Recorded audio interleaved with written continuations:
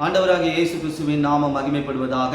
இந்த நாளிலும் கூட கர்த்தருடைய வார்த்தையாய் நாம் தியானிக்க போகிறதான தலைப்பு செழிப்பு, ப்ராஸ்பரிட்டி. இந்த செழிப்பை குறித்து வேதாகமம் என்ன சொல்லுகிறது, நம் வாழ்க்கை எப்படியாய் செழிக்க வேண்டும் என்று வேதாகமம் நமக்கு போதிக்கிறது என்பதை குறித்து நாம் தியானிக்க போகிறோம். இந்த செழிப்புல பல வகைகள் உண்டு. இந்த செழிப்பு என்பது மனிதனுடைய வாழ்க்கையில முதலாவதாக ஆன்மீகம், ஆவிக்குரிய வாழ்க்கையில ஒரு செழிப்பு காணப்பட வேண்டும். பொருளாதார ரீதியான காரியங்களில் ஒரு செழிப்பு காணப்பட வேண்டும். அதே போல சரீரத்தில், ஆரோக்கியத்தில் ஒரு செழிப்பு காணப்பட வேண்டும். அதாவது வளமை நிறைந்த ஒரு வாழ்க்கை, வசதியான ஒரு வாழ்க்கை, மதிப்பத்தக்கதான ஒரு வாழ்க்கை. இதுதான் வேதாகமத்தில் செழிப்பு என்று சொல்லப்பட்டிருக்கிறது. இந்த செழிப்பு என்றால் என்ன? கிறிஸ்துவுக்குள் நாம் ஆவி, ஆத்துமா, சரீரம், இது மூன்றிலும் ஒரு செழிப்பு காணப்பட வேண்டும். அதுதான் நம்முடைய வாழ்க்கையில ஒரு செழிப்பை தீர்மானிக்கிற காரியமாக இருக்கிறது. வேதாகமம் முழுவதும் செழிப்பை குறித்து சொல்லி இருக்கிறது. ஆவிக்குரிய செழிப்பு எங்கெல்லாம் அதிகமாக இருக்கிறதோ அங்கெல்லாம் அவர்களுடைய வாழ்க்கை பொருளாதார ரீதியான காரியங்களில் ஒரு செழிப்பு உண்டானது. அதை தக்க வைத்துக் கொள்ள ஆவிக்குரிய செழிப்பு முதலாவதாக அஸ்திவாரமாய் நம்முடைய கிறிஸ்துவ வாழ்க்கையில காணப்படுகிறது. ஆதியாகமம் 24ஆம் அதிகாரம் 21ஆம் வசனத்துல அந்த மனிதன் அவளை குறித்து ஆச்சரியப்பட்டு கர்த்தர் தன் பிரயாணத்தை வாய்க்க பண்ணினாரோ இல்லையோ என்று அறியும் பொருட்டு மௌனமாய் இருந்தார். இந்த இடத்துல ஒரு வார்த்தை வருகிறது, வாய்க்க பண்ணினாரோ இல்லையோ, கர்த்தர் வாய்க்க பண்ணினாரோ இல்லையோ. இந்த வாய்க்க பண்ணுதல், இந்த வாய்க்க பண்ணுதலை நாம் ஆங்கில வேதாகமத்தில் வாசித்து பார்த்தோமானால், இந்த கேஜேவி வெர்ஷன் மேலும் ஆம்பிளிஃபைட் வெர்ஷன் இதில் வாசித்து பார்த்தோமானால் ப்ராஸ்பரஸ் என்று சொல்லப்பட்டிருக்கிறது, செழிப்பு என்று சொல்லப்பட்டிருக்கிறது. கர்த்தர் ஒரு காரியத்தை வாய்க்க பண்ணினால் அது செழிப்பை காண்பிக்கிறது. நமக்கு ஆண்டவராக இயேசுவானவர் ஒரு காரியத்தை வாய்க்க பண்ணும்போது அது செழிப்பை காண்பிக்கிறது. இந்த செழிப்பு, இதை குறித்து நாம் ஹீப்ரு பைபிளில் நாம் வாசித்து பார்க்கும்போது ஜெலாக் என்று சொல்லப்பட்டிருக்கு. ஜெலாக் என்றால் செழிப்பு, வாய்க்க பண்ணுதல், to make succeed. அதாவது ஒரு மனிதனுடைய வாழ்க்கையை வாய்க்க பண்ணுவது என்பது செழிப்பை காண்பிக்கிறது. அப்ப தொடர்ச்சியா வளர்ச்சியான நிலையில இருப்பது, அதாவது இப்ப இன்னைக்கு பார்க்கிற மாதிரியே நாளைக்கு இல்லை. அப்ப நம்ம வாழ்க்கை வளர்ந்திருக்கிறது என்று ஒரு மனிதன் சாட்சி கொடுக்கும் பொழுது அப்ப நம்ம வாழ்க்கையை செழித்திருக்கிறது என்று அர்த்தம். இப்ப பாருங்க, நம்ம பயிர் நிலங்கள் வழியா போவோம், பயிர்களை பார்ப்போம். எப்பயுமே ஒரே போல இருந்ததுன்னா அது செழிப்பு கிடையாது. அந்த பயிர் நிலம் வளைந்து அது என்ன பண்ணுது, தானியங்களை கொடுக்கும் பாருங்க, அதுதான் செழிப்பின் நிலை. அதுபோல் தான் நம்முடைய மனித வாழ்க்கை, கிறிஸ்துவ வாழ்க்கை, ஆவிக்குரிய வாழ்க்கை. ஆவிக்குரிய வாழ்க்கை பசுமையாய் காணும், அதனுடைய முடிவு பொருளாதார ரீதியான ஆசீர்வாதத்தை செழிக்க பண்ணும். அப்ப ஒரு மனிதனுடைய வாழ்க்கை செழிக்கணும்னா முதலாவது ஆவிக்குரிய வாழ்க்கையில ஒரு செழிப்பு காணப்பட வேண்டும். அதனுடைய விளைச்சல் பூமிக்குரிய ரீதியாய் காணப்படும். இதுதான் வேதாகமம் செழிப்பு என்று சொல்லுகிறது. அப்ப நம்முடைய வாழ்க்கை செழிக்கிறது, ஆண்டவர் என் வாழ்க்கையை செழிக்க பண்ணுகிறார் என்றால் அது எப்படி இருக்கும்? அந்த செழிப்பை நம்முடைய வாழ்க்கையில எப்படி உணர முடியும்? எடுத்துக்கொள்ளும் எரேமியா 17ஆம் அதிகாரம் 7-8 வசனங்களை நீங்கள் தியானித்து பாருங்கள். கர்த்தர் மேல் நம்பிக்கை வைத்து கர்த்தரை தன் நம்பிக்கையாய் கொண்டிருக்கிற மனுஷன் பாக்கியவான். அவன் தண்ணீர் அண்டையிலே நாட்டப்பட்டதும் கால்வாய் ஓரமாய் வேர்கள் விடுகிறதும் உஷ்ணம் வருகிறதை காணாமல் இலை பச்சையாய் இருக்கிறதும் தப்பாமல் கனி கொடுக்கிறதுமான மரத்தை போல் இருப்பான். இந்த இடத்துல மனிதனுடைய வாழ்க்கையை மரத்திற்கு ஒப்பாய் ஆண்டவர் சொல்லியிருக்கிறார். ஆனால் அவன் வாழ்க்கை செழிக்க வேண்டும் என்றால் இங்க 2 காரியங்கள் சொல்லப்பட்டிருக்கு. கர்த்தர் மேல் நம்பிக்கை வைத்து, கர்த்தரையே நம்பிக்கொண்டிருக்கிற மனுஷன். அப்ப பாருங்க, அவன் தண்ணீர் ஒன்றையில நாட்டப்பட்டது, அதாவது ஆண்டவராக இயேசுவின் வார்த்தையில நாட்டப்பட்டவனாய், அதே போல கால்வாய் ஓரமாய் வேர் விடுகிறது, சபையில வேர் பற்றுகிறவனாய், சபையின் மேல் பற்றுதலாய் இருக்கிறவனாய், அதே போல எந்த சூழ்நிலை வந்தாலும், எந்த பிரச்சனை வந்தாலும் கனி கொடுப்பான். இதுதான் வறட்சியின் நிலை. மனுஷனுடைய வாழ்க்கையில வறட்சி வந்தாலும் அந்த வறட்சியில நாம கனி கொடுக்கிறோம் பாருங்க, அதுதான் செழிப்பு. அப்ப வறட்சியா கர்த்தர் மேல் நான் நம்பிக்கை வச்சிருக்கிறேன் அப்படின்னும் போது என்னுடைய வாழ்க்கையில பொருளாதார ரீதியான காரியங்கள்ல ஒரு வறட்சி வருமானால் என்னுடைய ஆவிக்குரிய வாழ்க்கை அதை ஆசீர்வாதமாய் மாற்றும், அதை செழிப்பாய் மாற்றும். இதுதான் எந்த பிரச்சனை வந்தாலும் சரி, போராட்டம் வந்தாலும் சரி, நீங்க அவருடைய வார்த்தைக்குள்ள திருச்சபையில இருக்கும்போது உங்கள் வாழ்க்கை செழிக்கும். அதுதான் இந்த இடத்துல எரேமியாவின் புத்தகம் 17ஆம் அதிகாரம் 7-8 வசனங்கள்ல சொல்லப்பட்டிருக்கு. ஏன்னா வேதம் சொல்லுது, உலகத்துல உங்களுக்கு உபத்திரம் உண்டு, உலகத்தில் உங்களுக்கு உபத்திரம் உண்டு, ஆனால் திடங்கொள்ளுங்கள், உலகத்தை ஜெயித்த இயேசு நான் உங்களோடு இருக்கிறேன் என்று. அவர் எனக்குள் இருக்கும்போது அவர் ஜெயித்திருக்கிறார் என்றால் நான் என் வாழ்க்கையில் இருக்கிற தரித்திரத்தை ஜெயிப்பேன், வியாதியை ஜெயிப்பேன், சத்துருக்களை ஜெயிப்பேன். என்கிட்ட என்ன இருக்கு? ஆவிக்குரிய ஆசீர்வாதங்கள் இருக்கு. அது என்னுடைய அஸ்திவாரமா இருக்கிறது என் பூமிக்குரிய வாழ்க்கை செழிக்கும்படி. பாருங்க, ஒரு மரம் செழிப்பா வளர்ந்துருக்கு. ஆனா ஒரு கிளை மட்டும் ரொம்ப பெருசா இருக்கு. தூரத்துல இருந்து பார்க்கும்பொழுது நம்ம அதை எப்படி பார்ப்போம்? அது தனியா தெரியும். இது சரியான வளர்ச்சியா?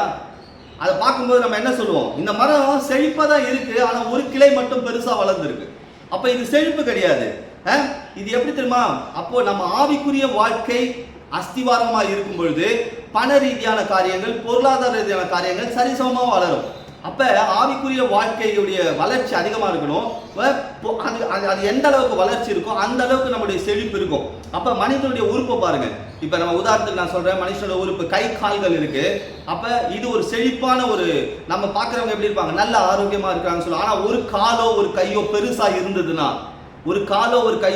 இருந்ததுன்னா அது செழிப்பு கிடையாது, அது வீக்கம்னு சொல்லுவாங்க. அது போலதான் நம்முடைய வாழ்க்கையில பொருளாதார ரீதியான காரியங்கள் வீக்கமா இருக்கக்கூடாது. ஆவிக்குரிய காரியங்கள் வளர்ந்தா அது வீக்கம்னு சொல்ல மாட்டாங்க. அது ஆன்மீகம் தெய்வீகத்துக்குள்ள வளர்ச்சின்னு சொல்லுவாங்க. ஆனா பொருளாதார ரீதியான காரியங்கள் மட்டும் வளருது அப்படின்னா அது வீக்கமாயிடும். அப்ப எந்த நிலையில நம்முடைய வளர்ச்சி காணப்படணும்னா குடும்பத்துல சமாதானம் பெருகணும், அது ஒரு செழிப்பு. அதே போல பிள்ளைகள், அதாவது நம்ம திருச்சபையில் இருக்கிற பிள்ளைகள், நாம் பெற்ற பிள்ளைகளுடைய வாழ்க்கையில ஞானம் பெருகணும், அது ஒரு செழிப்பு. ஜப ஜீவியம் பெருகணும், அது ஒரு செழிப்பு. விசுவாசம் பெருகணும், அது ஒரு செழிப்பு. அதே போல ஆவிக்குரிய ஜீவியம் பெருகணும், அது ஒரு செழிப்பு. தொழில் பெருகணும், அது ஒரு செழிப்பு. ஊழியம் பெருகணும், அது ஒரு செழிப்பு. இப்ப இது எல்லாம் நடந்து வளர்ச்சி இருக்கு பாருங்க, இதுதான் பூர்ணமான செழிப்பின் வாழ்க்கை. இதுதான் வேதாகமம் செழிப்பா காண்பிக்கிறது. செழிப்பு என்பது பொருளாதார ரீதியான காரியங்களில் வளர்வது மட்டுமல்ல, ஆவிக்குரிய காரியங்களில் வளர்வதில் இருக்கிறது. இப்ப பாருங்க, யாக்கோபு 2 ராஜாக்களுக்குரிய ஆசீர்வாதத்தை பெற்றுக் கொண்டிருக்கிறான். இது உங்களுக்கு தெரியும். யாக்கோபு வெறுங்கையா கோலும் தடிமா போன மனுஷன் வரும்பொழுது, கானானுக்கு வரும்பொழுது 2 ராஜாக்களின் ஆசீர்வாதங்களை பெற்று வருகிறார். ஆனா வர வழியில, கானானுக்கு வரும் வழியில அவன் ஒரு தேவ தூதரோடு போராடி, என்னை நீர் ஆசீர்வதித்தால் ஒழிய உம்மை போக விடேன்னு சொல்றான். இதான் 2 ராஜாக்களுக்குரிய ஆசீர்வாதங்கள் இருக்கு. பொருளாதார செழிப்பு இருக்கு, பிள்ளைகள் இருக்காங்க, மனைவி இருக்காங்க, செழிப்பு இருக்கு. ஆனா மேலும் என்னை ஆசீர்வதிக்கணும்னு சொல்ற. அப்ப இவர் என்ன ஆசீர்வாதத்தை கேட்கிறார்? எனக்கு ஆவிக்குரிய ஆசீர்வாதத்தை தாங்க ஆண்டவர்.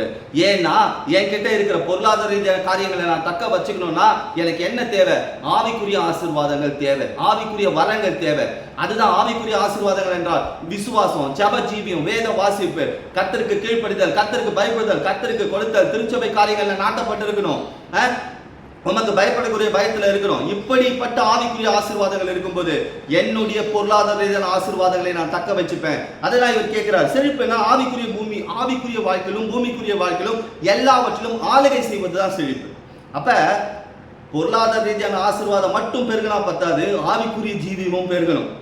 இப்ப இந்த பினான்சியல் பிளெஸிங்ஸ், பொருளாதார ரீதியான ஆசீர்வாதம் மட்டும் அது எப்படி தெரியுமா இருக்கும்? ஒரு மனுஷனுடைய வாழ்க்கையில ஒரு கலந்த உணவு போல, ஒரு தக்காளி சாதம் போல, ஒரு புளி சாதம் போல, ஒரு சாதாரண ஒரு கலந்த உணவு போல இருக்கும். ஆனா ஆவிக்குரிய ஆசீர்வாதங்கள், ஆவிக்குரிய செழிப்பும் பூமிக்குரிய செழிப்பும் கர்த்தர் கொடுக்கிறது எப்படி இருக்குன்னா ஒரு பஃபே சிஸ்டம் போல இருக்கும். இது எல்லா உணவையும் நமக்கு சேர்ந்து கொடுத்தா போல, ஒரு பெரிய விருந்து சாப்பிட்டா போல. அப்ப இன்னைக்கு நம்முடைய வாழ்க்கையில பொருளாதார ரீதியான காரியங்களை மட்டும் பார்த்து நின்று விடக்கூடாது. ஆவிக்குரிய வாழ்க்கையில ஒரு வளர்ச்சி வரும்பொழுது நம் பொருளாதார ரீதியான காரியங்களிலும் ஒரு பெரிய பெருக்கத்தை காண்போம், அதை தக்க வைத்துக் கொள்வோம். அதுதான் மத்தேயு 6ஆம் அதிகாரம் 33ஆம் வசனத்துல இப்படியாக சொல்லி இருக்கிறது. முதலாவது தேவனுடைய ராஜ்யத்தையும் அவருடைய நீதியையும் தேடுங்கள், அப்பொழுது இவைகள் எல்லாம் உங்களுக்கு கூட கொடுக்கப்படும். அப்ப ஒவ்வொரு நாளுக்கான தேவைகளை ஆண்டவர் அறிந்து வைத்திருக்கிறார், அதை நமக்கு தருவார். அப்ப எப்ப ஆண்டவர் நமக்கு தர ஆரம்பிக்கிறாரோ அப்பயே நம்ம வாழ்க்கை செழிக்க ஆரம்பிச்சிடும். எப்ப ஆவிக்குரிய ஜீவியத்தில் உங்களுக்கு ஒரு செழிப்பு காணப்படுதோ இன்னும் பூமியில உங்கள் பொருளாதார ரீதியான காரியங்களில் ஒரு பெரிய செழிப்பை காண்பீர்கள். ஆதியாகமத்தில் ஆபிரகாமை கூட உதாரணத்தை எடுத்துக்கொள்ளலாம். ஆதியாகமம் 11ஆம் அதிகாரம் 31ஆம் வசனத்துல ஆண்டவர் பாருங்க, ஆபிரகாமுடைய வாழ்க்கை எப்படி இருக்கு. தேராகு, தன் குமாரர் ஆபிரகாம், தன் பேரன் லோத்து, ஆபிரகாமுடைய மனைவி சாராள் எல்லாரையும் அழைத்து கொண்டு ஊர் என்கின்ற கல்தேயருடைய பட்டணத்தை விட்டு கானான் தேசத்துக்கு போக புறப்பட்டார்கள். அவர்கள் ஆரான் மட்டும் வந்தபோது அங்கே இருந்து விட்டார்கள். ஆரான்ல இருக்கிறாங்க. இந்த ஆரான் யாரால் உருவாக்கப்பட்ட இடம் பார்த்தீங்கன்னா ஆபிரகாமுடைய தகப்பனாலும் ஆபிரகாமாலும் உருவாக்கப்பட்ட ஒரு இடம். ஒரு பெரிய தேசமே இவங்களது தான், பெரிய லேண்ட். அந்த இடத்துல இருக்கிற எல்லா காரியமும் இவங்களது தான். பாருங்க, தன் பேரனுடைய பேரை தான் வைக்கிறார். அந்த இடத்துக்கு பேரே ஆரான் என்று சொல்லப்பட்டது. இந்த ஆரான் யாரு? தேராகுடைய பேரு. பாருங்க, இப்படிப்பட்ட ஒரு இடத்தை விட்டு தான் ஆண்டவர் வந்து அழைக்கிறார்.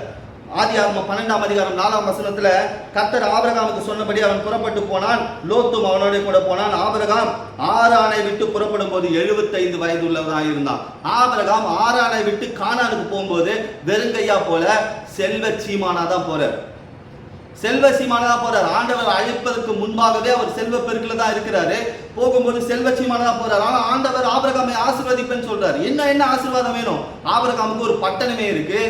இன்னும் என்ன ஆசீர்வாதம் வேணும்? வெறும் குழந்தை மட்டும்தான் இல்லை, அவர் குழந்தையை தருவேன் மட்டும் சொல்லல. ஆண்டவர் எதிர்பார்த்தது, அந்த ஆபிரகாம் எதிர்பார்த்தது அந்த ஆசீர்வாதத்தை மட்டுமல்ல, எல்லாம் இருக்கு. ஆனா ஆண்டவர் பாருங்க, ஆண்டவராக இயேசுவான ஒரு ஆசீர்வதிப்பேன் சொல்ற காரணம், இவர் சந்ததியில இயேசு கிறிஸ்து பிறக்கணும். இயேசு கிறிஸ்து பிறக்கணும்ன்ற ஆசீர்வாதம் பாருங்க. அதை நம்பிதான் ஆபிரகாம் போறாரு. பணத்தை நம்பியோ பொருளாதார ரீதியான பிளெஸிங்ஸை நம்பியோ போல. ஏன்னா ஏற்கனவே ஆபிரகாம் இடத்துல எல்லா ஆசீர்வாதங்களும் இருக்கு, எல்லா விதமான செழிப்பும் இருக்கு. பாருங்க, ஆண்டவர் அழைத்த உடனே போறாரு. அதாவது இங்க இயேசுவின் ராஜ்யம் ஆசீர்வாதமா இருக்கிற ஒரு சந்ததியை பெற்றெடுக்கணும். அந்த சந்ததி என் மூலமா வரணும். அந்த ஆசீர்வாதத்தை எதிர்பார்த்து போகிறார். என்கிட்ட இருக்கிற பொருளாதார காரியங்களை நான் தக்க வைத்துக் கொள்ள எனக்குள் கிறிஸ்து சந்ததியா இருக்கணும். எனக்குள்ள ஒரு ஆவிக்குரிய ஆசீர்வாதம் இருக்கணும். பொருளாதார ரீதியான ஆசீர்வாதத்தை மட்டும் எதிர்பார்த்து என்ன பண்ணல ஆபிரகாம் போகல. பாருங்க, இப்ப நான் ஏற்கனவே சொன்னது போல அவருடைய வார்த்தைக்குள்ள திருச்சபைக்குள்ள நாட்டப்பட்டிருக்கும் பொழுது நம்முடைய வாழ்க்கையில ஆவிக்குரிய ஆசீர்வாதங்களும் இருக்கும், செழிப்பான ஆசீர்வாதங்களும் இருக்கும். அப்ப நமக்கு பண செழிப்பு வேணும், ஆனா அதை தக்க வைத்துக் கொள்ள ஆவிக்குரிய ஆசீர்வாதங்கள் நமக்கு தேவை. அப்ப இந்த ஆபிரகாமுடைய வாழ்க்கையில கூட பாருங்க, அவன் செல்வ சீமானா இருந்தான். வாழ்க்கை ஆரம்பிக்கும் போதே அப்படிதான் இருந்தது.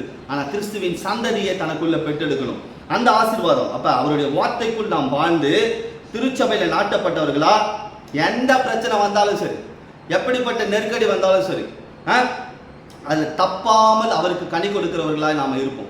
எப்ப ஆவிக்குரிய ஆசீர்வாதங்கள் நமக்குள்ள செழிப்பு உண்டாகும் பொழுது பூமிக்குரிய செழிப்பு தானா இருக்கும். உங்களுக்கு ஒரு கேள்வி வரலாம், இப்போ பூமியில துன்மார்கனா இருக்கிறவன் எல்லாம் செழிப்பா இருக்கிறானே, அவனுடைய செழிப்பு ஒரு நாள் எடுபட்டு போகும், அவனுடைய ஆஸ்தி அழிந்து போகும். ஏனெனில் வேதம் சொல்லுகிற துன்மார்கனின் ஆஸ்தி நீதிமான்களுக்காக சேர்த்து வைக்கப்படுகிறது என்று.